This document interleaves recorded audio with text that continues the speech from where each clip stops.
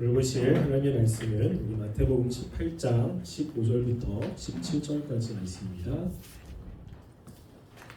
마태복음 18장 15절부터 17절까지 말씀. 한 목소리로 함께 봉독하겠습니다. 내 형제가 죄를 범하거든 가서 너와 그 사람과만 상대하여 권고하라. 말을 들으라. 내가 그 형제를 얻을 것이요 말을 듣지 않거든 한두 사람을 데리고 가서 두 증인의 입으로 말마다 확증하라. 만일 그들의 말도 듣지 않거든 교회에 내라고 교회의 말도 듣지 않거든 이방인과 세리같이 여기라. 아멘. 우리가 지금 교회론에 관해서 살펴보고 있습니다. 특별히 교회의 표지를 지금 살펴보고 있는데요. 교회 표지라고 하는 것은 우리가 그 교회가 어떤 교회인지를 알 수 있는 표지판과 같은 겁니다. 그래도 그 표지판을 통해서 그 교회가 좀 더 순수한 교회인지 또 그렇지 않은 교회인지를 알 수 있습니다. 그래서 순수한 교회라면 순수한 교회라고 하는 것이 겉으로 드러나게 되어 있습니다. 그래서 그 교회에 소속되어서 생활하고 있지 않지만 그 교회가 순수한 교회인지를 알 수 있는 그 표지가 있는 것이죠. 그 중에 지난주에는 첫 번째를 살펴봤습니다. 그 첫 번째는 말씀 선포라고 했습니다. 그래서 하나님의 말씀을 온전하게 선포되는 교회가 참된 교회입니다. 모든 교회가 하나님의 말씀을 선포하고 있지만 실제 그 말씀이 진리로서 과거부터 지금까지 변하지 않는 말씀을 선포해야 참된 교회라고 할 수 있지요. 그래서 그 말씀이 변질되거나 아니면 한쪽에 치우쳐 있다면 문제가 조금 됩니다. 그래서 우리가 지난주에는 그 말씀 선포가 여러 가지가 있지만 교회에서 선포해야 될 말씀이 두 가지가 있다고 살펴봤는데요. 하나는 칭의와 하나는 성화의 말씀이라고 이야기를 했습니다. 기억나시죠?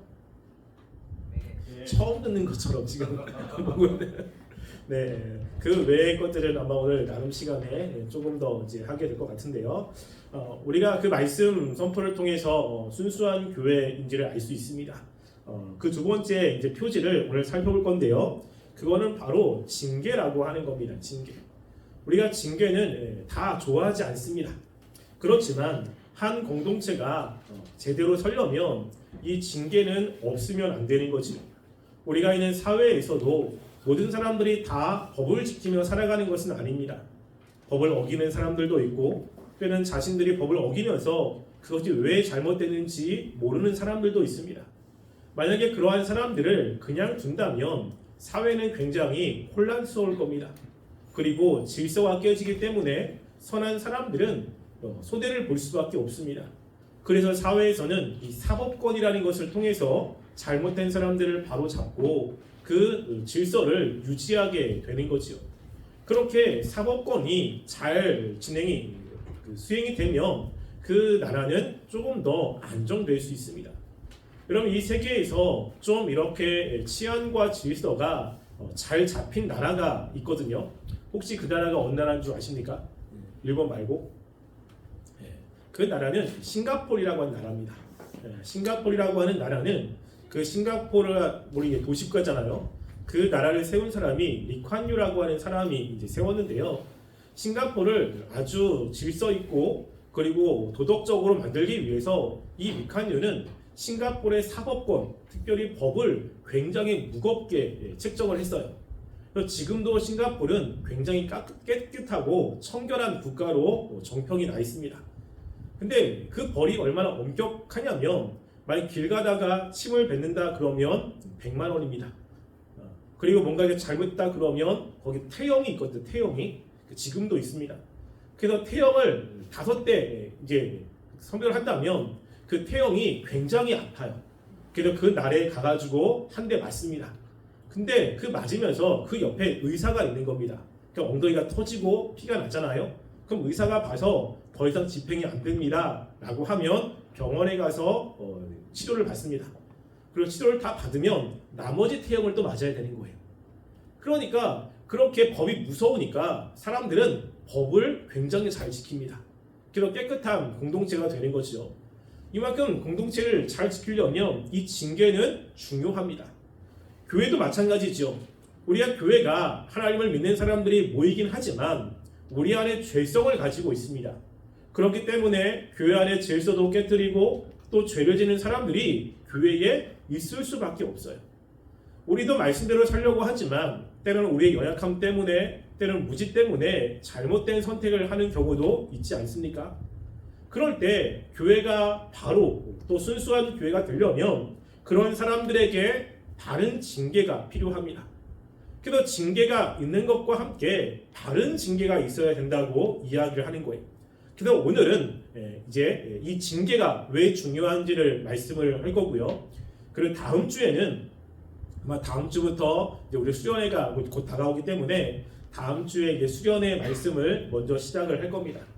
제 예상으로는 한 10번 정도 말씀을 할 것 같고요. 오늘 말씀 잘 기억해야 됩니다. 그러면 저희가 2월 달에 이 다음 말씀을 듣게 될 거예요. 그래서 고민을 되게 많이 했습니다. 이게 좀 띄어서 이렇게 들어야 되는데 다른 걸 할까라고 했지만 그래도 우리가 교회를 조금 더 생각하면서 지내면 좋겠다라는 생각으로 이렇게 진행을 하고요. 그리고 여러분의 기억력을 믿습니다. 기억력을. 그래서 다음번에는 설교할 때 기억하지 않을까라는 하나의 바램을 가지고 말씀을 전합니다. 자, 그래서 우리가 이제 그동안에 많은 신앙의 선배들이 어떻게 하면 바른 교회를 만들까를 많이 고민을 많이 했어요. 그러다가 이 교회 표지에서 이야기를 하는데 존 칼빈은 이 징계를 교회로 표지로 이야기하지 않습니다. 그렇지만 1561년 벨기에에서 이 신앙고백서가 작성이 됐는데요. 그곳에 29번에 이런 내용이 담겨 있습니다. 참 교회와 거짓 교회의 차이가 무엇이냐?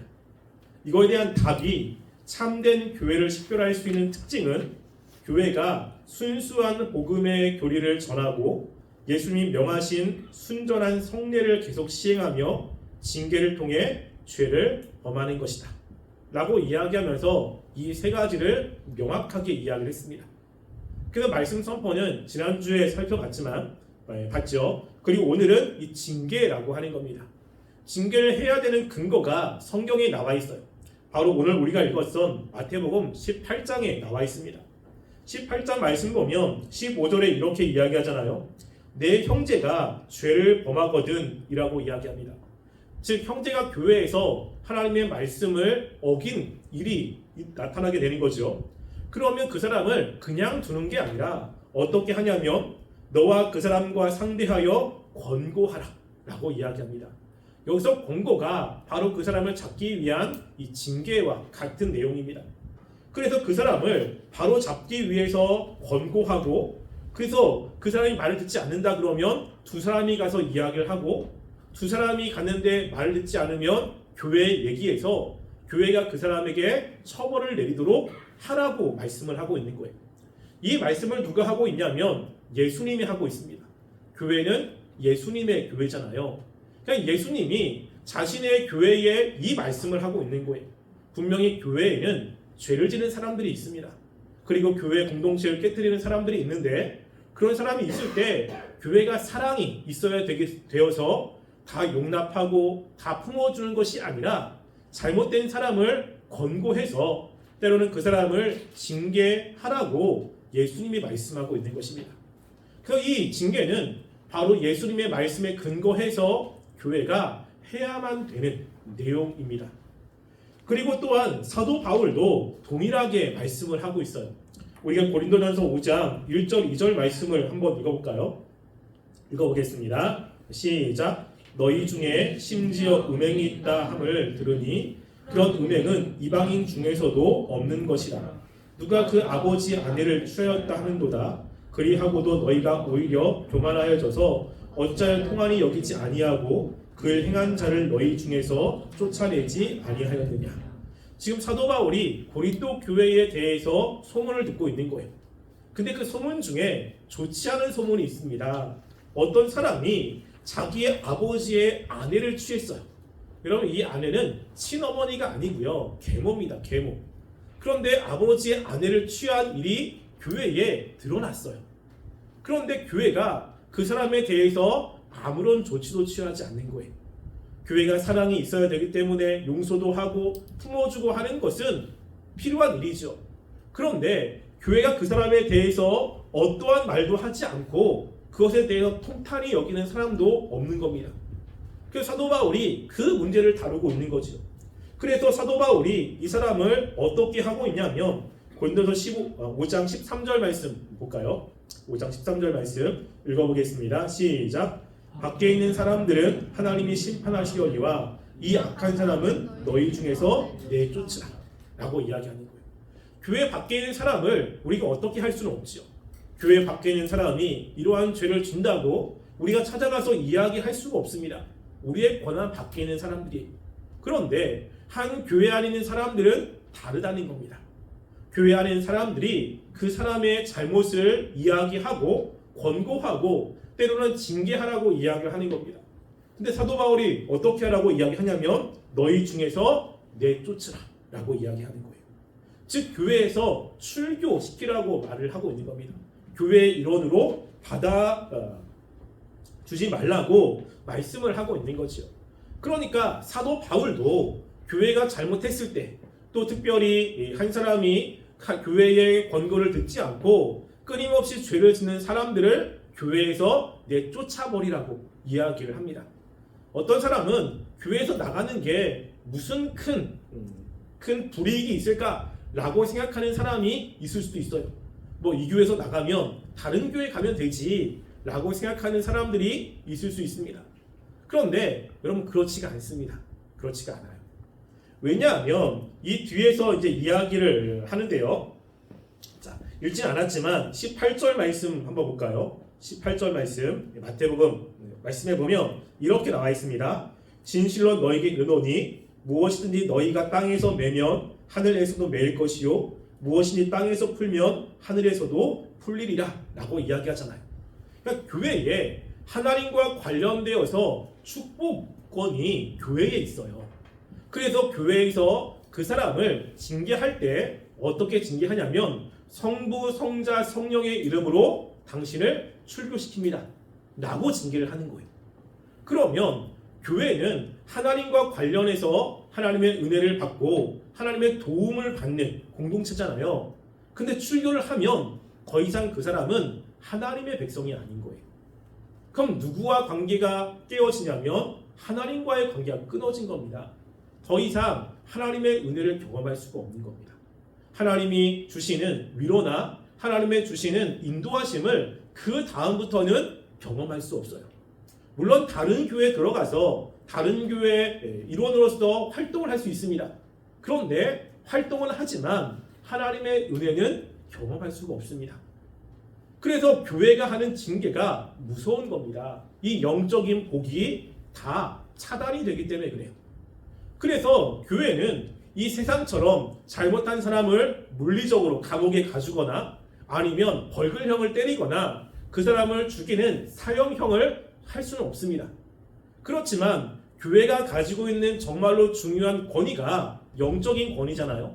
하나님과 관련해서 말씀을 선포하거나 하나님의 은혜를 나누는 또 통로의 역할을 하는데 교회가 하나님의 그 은혜를 그 사람에게 가지 못하도록 이 징계를 통해서 묶어버릴 수 있습니다. 그래서 하나님은 교회가 이렇게 한 징계를 듣고 그 사람과 관계를 이제 멈출 수도 있다는 거죠. 이게 굉장히 무서운 겁니다. 열심히 기도를 해도 기도에 응답이 없고요. 하나님께 도움을 구하지만 하나님이 그 사람의 기도를 들어주지 않습니다. 그러니까 교회 안에 있지만 이방인인 거죠. 이게 가장 큰 문제입니다. 그래서 교회는 이 징계를 할 때 굉장히 조심해서 해야 되고요. 그리고 이 징계를 하나님께서 원하시는 대로 사용하는 것이 굉장히 중요합니다. 그러면 우리가 이 징계의 목적은 무엇이냐라고 하는 거예요. 왜 징계를 할 수밖에 없느냐라고 했을 때 첫 번째는 범죄한 성도가 죄를 회개하고 성화하도록 돌아오게 하기 위한 것입니다. 여러분 이게 굉장히 중요한 거예요. 우리가 한 사람을 징계할 때 교회에서도 이야기를 하거나 아니면 다른 사람의 죄를 지적할 때가 있잖아요. 이것도 똑같이 여기서 이야기하는 권고거든요. 우리가 코람데오 안에서 생활하는데 어떤 사람이 코람데오 질서를 깨트립니다. 그리고 그것 때문에 다른 사람들이 피해를 보거든요. 그러면 권고를 하게 되잖아요. 그것 때문에 많이 피해를 보고 코람데오가 자꾸 문제가 생기고 그러면 가서 이야기를 할 거 아니겠습니까? 여러분 그럴 때 어떤 마음으로 이야기를 하느냐 이거 되게 중요한 거예요. 그 사람이 회개하고 돌아왔으면 하는 마음이 있어야 됩니다. 그냥 미워가지고 아니면 그 사람이 피해를 줬으니까 너 그래 어디 한번 당해봐라 라고 하면서 악한 마음으로 하는 건 아닙니다. 하나님이 그것을 원하지 않습니다. 징계의 목적은 철저하게 그 사람이 자신의 죄를 깨닫고 하나님께로 다시 돌아오는 것이 목적인 거예요. 그래서 징계를 통해 돌아올 수 있는 기회를 주는 겁니다. 한 번에 이렇게 얘기하지 않고 기회를 주고 그래서 그 사람이 돌아오면 좋은 것이죠. 여러분 하나님도 징계를 이렇게 사용합니다. 그래서 히브리서에 보면 하나님이 징계를 사용하시는 것이 하나님의 사랑의 표현이라고 말씀을 하는데요. 우리 히브리서 12장 5절부터 8절 말씀 한번 읽어볼까요? 히브리서 12장 5절부터 8절 말씀 함께 읽어보겠습니다. 시작. 또 아들들에게 권하는 것 같이 너희에게 권면하신 말씀도 잊었도다. 일렀으되 내 아들아 주의 징계하심을 경히 여기지 말며 그에게 꾸지람을 받을 때에 낙심하지 말라. 주께서 그 사랑하시는 자를 징계하시고 그가 받아들이는 아들마다 채찍질하심이라 하였으니 너희가 참음은 징계를 받기 위함이라. 하나님이 아들과 같이 너희를 대우하시나니 어찌 아버지가 징계하지 않는 아들이 있으리요. 징계는 다 받는 것이거늘 너희가 없으면 사생자요 친아들이 아니니라. 아멘. 여기 보면요 하나님도 하나님의 백성들을 징계하시죠. 그래서 하나님의 징계가 없으면 사생하다라고 이야기합니다. 하나님이 사랑하는 자녀일수록 하나님께서 징계하시는 일이 있습니다. 그래서 우리가 자녀도 마찬가지거든요. 저도 저희 사랑이를 딸을 되게 사랑합니다. 그런데 혼날 때도 있어요. 아침마다 제가 사랑이를 혼냅니다. 그래서 어떻게 혼나면 임사랑 그러거든요. 임사랑 너 이러면 저를 봐요. 이렇게 혼내는 거죠. 그 예전에 저희 사랑이가 그럽니다. 자기도 아빠한테 하고 싶은 게 있대요. 그게 뭐냐 물어봤더니 뭐랬는 줄 아십니까? 임승건 하고 싶대요.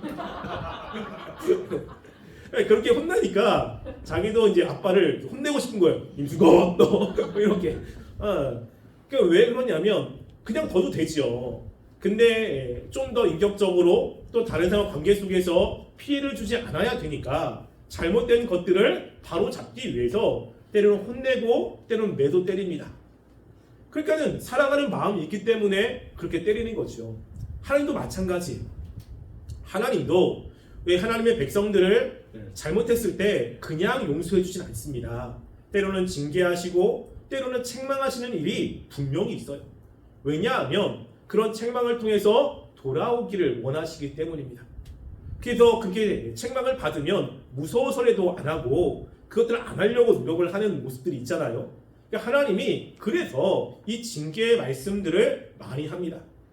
여러분 그래서 구약에 보면 하나님이 이렇게 해라 저렇게 해라 라고 했을 때 순종하면 복을 준다. 그런데 불순종하면 징계한다 라고 말씀을 하는데 순종했을 때 주는 축복과 징계했을 때 받는 저주 가운데 뭐가 더 많을까요? 어느 게 많을 것 같습니까? 뭐가 많냐면요 잘못했을 때의 징계가 두세 배 더 많습니다. 두세 배. 왜냐하면 인간을 너무 잘 알기 때문에 그래요. 인간을. 여러분 가끔가다 우리 코람데오에서도 이런 거 있잖아요. 잘하면 상을 주겠습니다 라고 이렇게 뭔가를 걸잖아요. 그러면 열심히 하는 사람들은 상을 받기 위해서 굉장히 열심히 합니다. 그런데 우리 현석이처럼 상에 관심이 없어요. 저도 그렇거든요. 관심이 없어 그런 게. 그러면 열심히 안 해요. 저도 뭐 주겠습니다 하면 받고 싶은 마음이 없거든요. 하고 싶은 마음이 별로 없어요. 그래서 잘 안 해요. 근데 만약에 안 하면 뺐습니다 그러면 합니다. 내가 뺏기는 건 되게 싫거든요. 그러니까 그거 안 하면 벌점 주겠습니다 그러면 하는 거예요. 상점은 필요 없지만 벌점은 싫습니다. 그렇잖아요 여러분들이. 그러니까 하나님이 인간을 너무 잘 아는 거예요. 그래서 상보다는 벌이 더 많아요. 잘못하면 징계한다. 잘못하면 뺏는다, 잘못하면 너 사업 망하게 한다, 이런 것들이 많아서 무서워가지고 하려고 하는 거죠. 실제로 하나님께서 한 번, 두 번 경고하시다가 말 듣지 않으면 그렇게 실행을 하십니다. 그리고 돌아온 사람이 의외로 되게 많습니다. 그래서 하나님이 이 부모님들에게 자녀를 키울 때 똑같이 하라고 이야기를 해요. 우리 잠언 13장 24절 말씀 보면 이렇게 이야기를 하거든요. 읽어보겠습니다. 시작. 매를 아끼는 자는 자기의 자식을 미워함이라. 자식을 사랑하는 자는 근실이 징계하느니라. 이렇게 말씀을 하는 거예요. 자녀를 사랑하면 징계한다 라고 이야기를 하죠. 왜? 그래야 그 잘못을 깨닫고 잘못된 것들을 바로 잡을 수 있기 때문에 그렇습니다.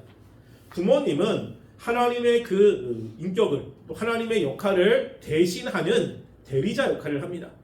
하나님께서 하나님의 백성들을 징계하시는 것처럼 부모님도 자녀들을 징계해서 잘못된 부분을 고쳐야 되는 의무와 사명이 있는 거예요. 그런데 하물며 교회가 신자들에게는 영적인 어머니 역할을 한다고 했잖아요. 그러니까 교회는 신자들을 양육하고 신자들을 품어주고 그리고 올바른 곳으로 인도해야 되는 어머니 역할이 교회에 있습니다.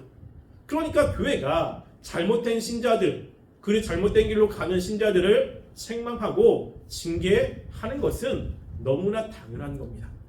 그래서 여러분들이 만약에 교회에서 징계를 받을 때 나를 싫어해서 한다고 생각하면 안 돼요.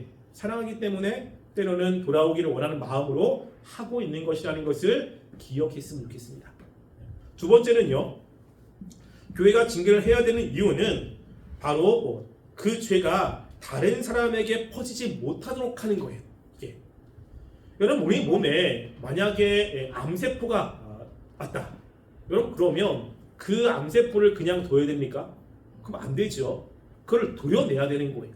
여러분, 암세포와 암세포가 아닌 것의 차이는, 암세포가 아닌 일반적인 세포는 세포 분열을 하죠.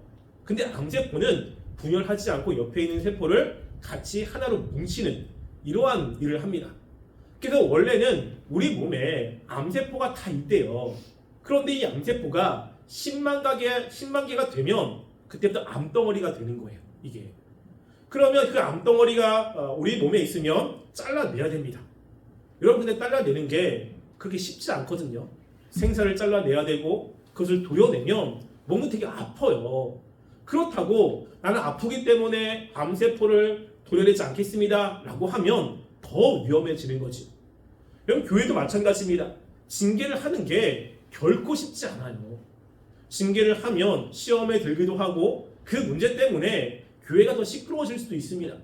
그런데 그 징계를 하는 것은 그것을 도려내면서 교회가 좀 더 건강해지기 위한 것입니다.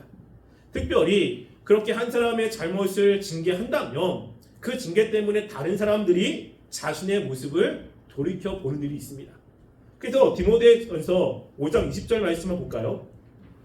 자, 디모데전서 5장 20절 말씀 함께 읽어보겠습니다. 읽겠습니다. 시작. 범죄한 자들은 모든 사람 앞에 꾸짖어 나머지 사람으로 두려워하게 하라. 그러니까 범죄한 사람을 어떻게 해요? 모든 사람 앞에 꾸짖는 거예요. 그러면서 꾸짖는 이유는 그 꾸짖는 죄가 혹시 다른 사람에게 있다면 자신의 죄를 인식하고 돌이키라는 거죠. 여러분, 가족에 보면 형제가 있는 친구들이 있지 않습니까? 우리 사랑이는 이제 한 명밖에 없는데 우리 조카들은 3명이 있어요. 그러니까 남자, 여자, 남자가 있습니다. 그러면 이 제일 눈치 빠른 아이가 셋째가 눈치가 제일 빨라요. 보통 잘못하면 누구를 혼내죠? 첫째를 혼냅니다. 첫째 해가지고 막 혼내요. 그러면 둘째, 셋째가 눈치를 보는 거죠. 그래서 자기도 똑같은 잘못을 했으면 얼른 가가지고 그거를 덮거나 아니면 하고 있는 척합니다. 그게 눈치를 보는 거죠. 굳이 3명을 다 혼낼 필요가 없습니다. 그 중에 1명만 혼내면 되는 거예요. 그럼 나머지는 눈치를 보며 잘하지요. 사회에서도 그런 거 아니겠습니까? 사회에서도 어떤 사람의 죄를 공개적으로 드러내서 그리고 강하게 책망을 하면 나머지 사람들도 두려워하는 일이 있잖아요. 여러분, 성경에도 똑같습니다. 성경에도 있어요. 성경에도 보면 여러분, 사도행전에 하나님께 드려야 되는 것들을 자신들이 착복해가지고 죽은 사람들이 있습니다. 죽은 사람이 아단이라 삽비라로 해서 교회에 헌금을 내야 되는데 헌금을 내지 않고 자기들이 속였어요. 교회에서 너가 하나님께 드리는 것이 이게 전부냐라고 했을 때 예, 전부입니다 하면서 거짓말을 했거든요. 그래서 그것이 거짓말로 드러나는 순간에 그 두 사람이 다 죽었습니다. 여러분 그 다음부터 그렇게 거짓말을 한 사람을 하나님이 죽이지는 않습니다. 왜 그렇게 하냐면 그것이 하나의 사례예요. 사례. 그걸 통해서 경고를 하는 거예요. 만약에 똑같은 죄를 졌다면 하나님이 이렇게 다루시니까 너희들이 그런 죄가 있으면 조심해라, 회개해라 라고 하나님께서 맛보기로 보여주는 징계 중에 하나입니다. 그 교회도 마찬가지입니다. 죄라고 하는 것은 전염성이 있습니다. 그래서 한 사람의 죄가 다른 사람의 죄로 전가될 수 있어요. 그래서 그 사람의 죄를 책망하고 못하게 한다면 그 전가를 막을 수가 있습니다. 여러분 특별히 교회에서 일반적으로 많이 하고 있는 하나님이 좋아하지 않는 것 가운데 하나가 뭐냐면요, 교회에서 자는 게 있잖아요. 여러분 교회에서 주무시죠? 가끔가다 보거든요. 그래서 제가 이제 상황들을 알기 때문에 너무 피곤하다 그러면 그럴 수도 있다 라고 저는 너그럽게 넘어가긴 합니다. 근데 어떤 친구는 상습적으로 자는 사람들이 있어요. 상습적으로. 그리고 상습적으로 예배 시간에 뭐 핸드폰 하거나 다른 거 하는 친구들이 있습니다. 그러니까 그냥 알고 넘어가기도 해요.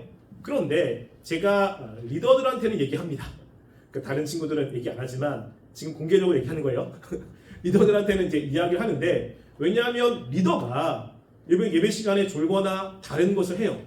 그럼 리더가 아닌 사람들은 어떻게 하겠습니까? 야, 리더가 교회에서 저렇게 하니까 뭐 괜찮더라. 리더도 하는데 내가 하는 것이 뭐가 잘못됐냐? 라고 하지 않겠어요? 그러니까 리더 한 명이 잘못된 것은 그 옆에 사람에게 그것이 잘못된 것이 아니라고 하는 마음의 심정을 주는 거예요. 그래서 그렇게 할 수 있는 거죠. 근데 두 명이 그렇게 합니다. 그럼 나머지 사람들도 저렇게도 되는구나 라는 생각을 하겠죠. 그래서 하나의 죄나 아니면 교회의 예배나 공동체를 깨트리는 죄는 그냥 두면 이게 2명, 3명, 4명에게 퍼질 수가 있어요. 그럼 어떻게 됩니까? 그것을 못하도록 해야 되는 거예요.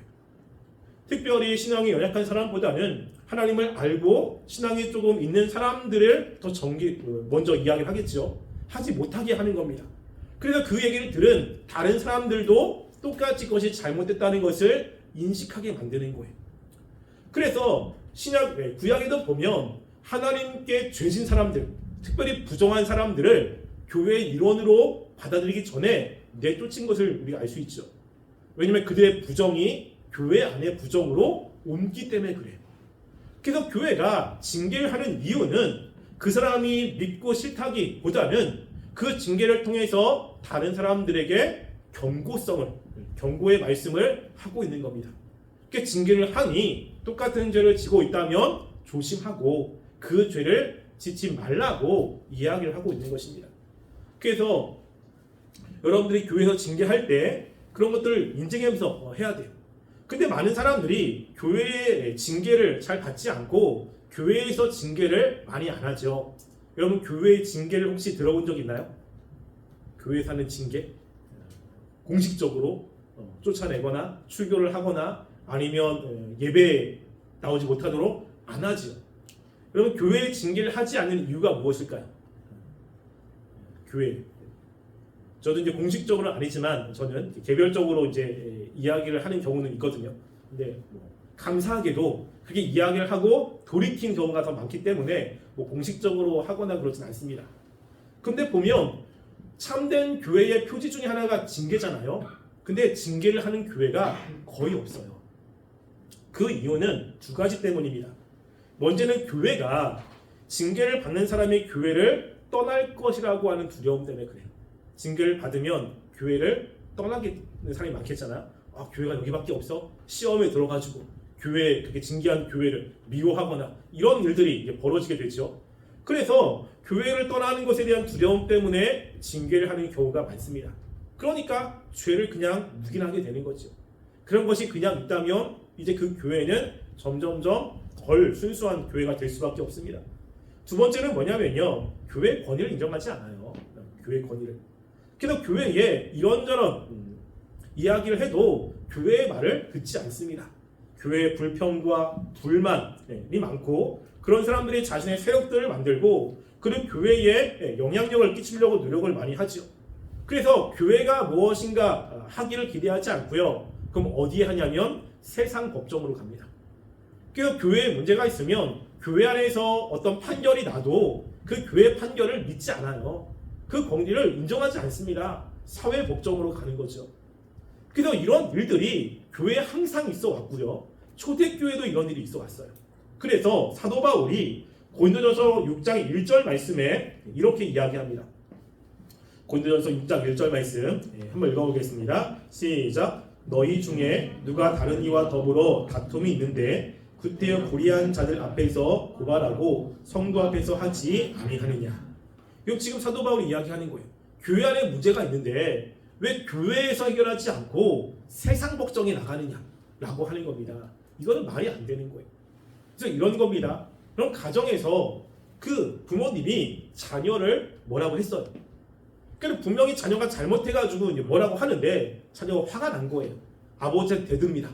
그래서 아버지 그러면 안 됩니다. 되는 것만이 아니라 그 문제를 가지고 옆집에 있는 아저씨한테 가서 항의를 하고 그 아저씨의 말을 들어요. 여러분 그러면 그 아버지는 부모님의 마음은 어떻겠습니까? 굉장히 기분 안 좋겠죠.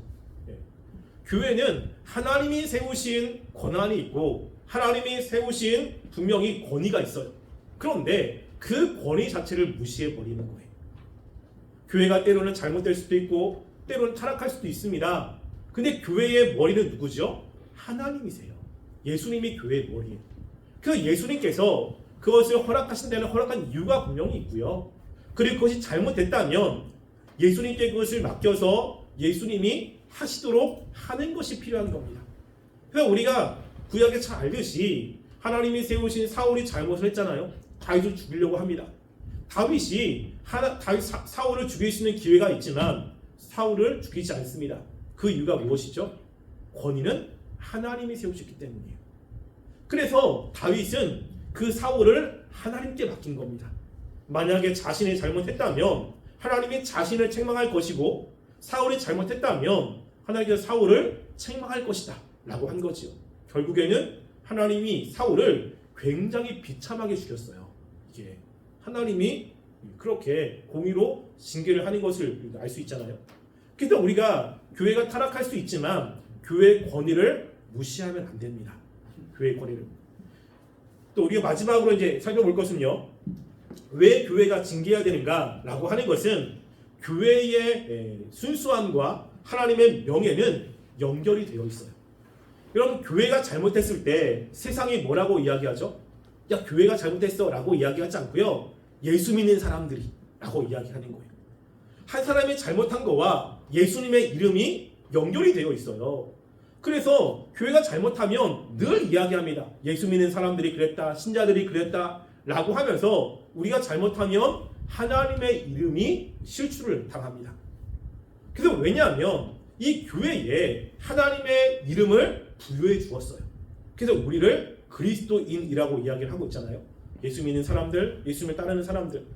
그러니까 우리가 잘못하면 잘못한 그 사람을 이야기하지 않습니다. 세상은 항상 교회의 욕을 먹이는 거예요.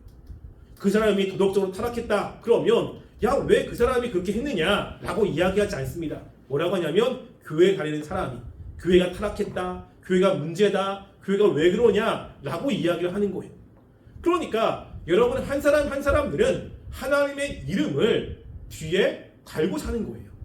여러분의 잘못은 하나님의 명예가 달려있는 것입니다. 그러니까 교회가 제대로 서 있어야 하나님이 명예가 이 땅 가운데 온전하게 드러나지 않겠습니까? 교회가 잘못되면 하나님의 이름이 먹칠을 당하는 거예요. 우리가 살아야 되는 목적 중에 하나가 하나님의 영광을 위한 거잖아요. 하나님의 이름을 높이며 살아야 되는 거예요. 그런데 교회가 타락해서 교회가 순수하지 않아서 세상의 욕을 먹는다면 하나님의 이름이 실추되는 거죠. 물론 세상은 교회를 좋아하지 않습니다.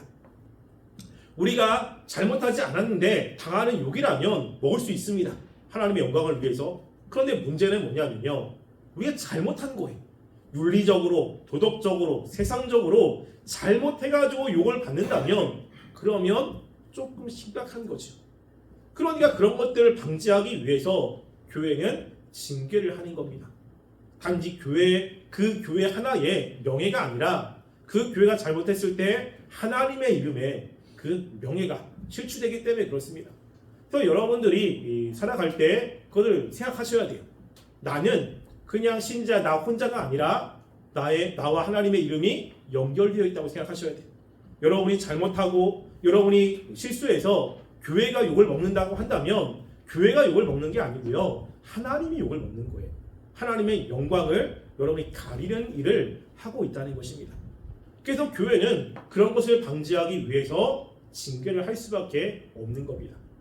그러면 교회의 표지 두 번째가 징계거든요. 징계. 그래서 교회는 징계를 할 수밖에 없는 거예요.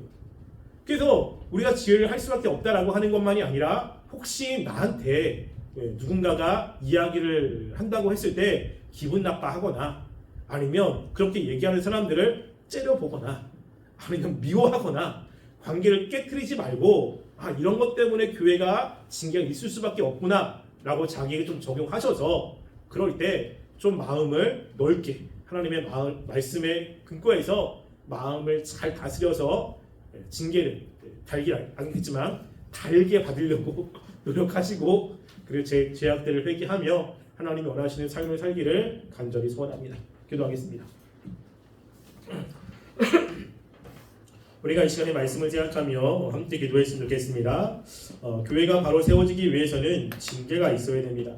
징계는 누구도 좋아하지 않습니다. 또한 징계를 하는 것도 좋아하지 않습니다. 그렇지만 교회가 바로 서기 위해서는 징계가 꼭 필요합니다. 하나님, 우리 교회도 바른 교회가 되기 위해서 잘못된 부분들을 징계를 할 수 있도록 도와주시고 하나님의 마음으로 온유한 마음으로 징계하여 정말 우리 교회가 순수한 교회가 될 수 있도록 주님 역사해 달라고 징계를 받은 사람과 징계를 받는 사람도 하나님의 뜻에 맞게 그 일들을 감당할 수 있도록 도와달라고 우리 함께 한 목소리로 기도하겠습니다.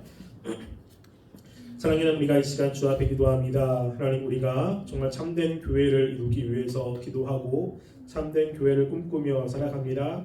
우리가 속해 있는 공동체가 정말 주님이 기뻐하시는 공동체가 되기 원하고 정말 하나님의 그 놀라운 은혜가 넘치는 공동체가 되길 원합니다. 그러기 위해서 교회 안에 징계가 있어야 됩니다. 우리는 죄성을 가지고 있고 또 죄의 영향력 가운데 있기 때문에 우리의 죄악들이 밖으로 드러날 수밖에 없는데 그럴 때 하나님 교회가 잘 징계함으로 한 사람 한 사람들을 정말 주님께로 잘 인도하게 하시고 또 징계를 받는 사람들이 그것 때문에 마음 상하거나 시험 들지 않고 정말 하나님의 뜻과 하나님의 말씀을 깊이 묵상하며 그것들을 달게 받아 정말 아름다운 교회가 될 수 있도록 도와주시옵소서. 예수님 기도합니다. 사랑하는 우리가 바른 교회가 우리를 통해서 이루어지길 원합니다. 정말 우리 교회가 하나님이 말씀하신 그 말씀의 근거로 잘못된 사람들, 죄악된 사람들을 징계함으로 그들을 바른 길로 인도하게 도와주셔서 우리 교회가 그 순수함을 지키게 하여 주시옵소서. 또 예배드릴 때 정말 함께 헌금을 드리는 손길도 있습니다. 그 손길을 기억하여 주시고 주님께 더 많은 것으로 채워 주시옵소서. 지금은 우리 주 예수 그리스도의 은혜와 하나님의 사랑과 성령님의 교통하심이 하나님 바른 교회를 이루기 위해서 늘 애쓰고 노력하고 기도하는 우리 청년들 머리 위에와 가정 위에와 이 세계 위에 지금부터 영원토록 함께 있을지어다.